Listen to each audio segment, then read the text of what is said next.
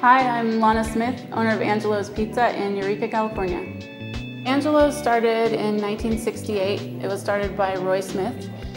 He started a tradition of using really great quality ingredients, and we continue that tradition today. Here we have pizzas, we have sandwiches, we do a few different kinds of hot wings. We have a really wonderful habanero hot sauce if you like it really spicy. We do some fried chicken. We serve beer and wine.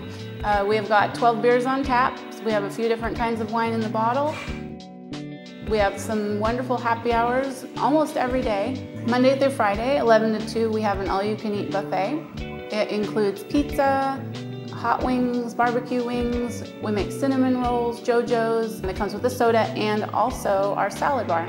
People come here for the food, of course, but people hang out because we have booths with TVs. You can watch the game, have a beer. We have an arcade where your kids can play a game. We have a banquet room here where we have enough seating for parties up to 60 people. Here at Angelo's, we're not trying to be fancy. We serve good food in a family-friendly atmosphere. It's a really good time. Come check us out.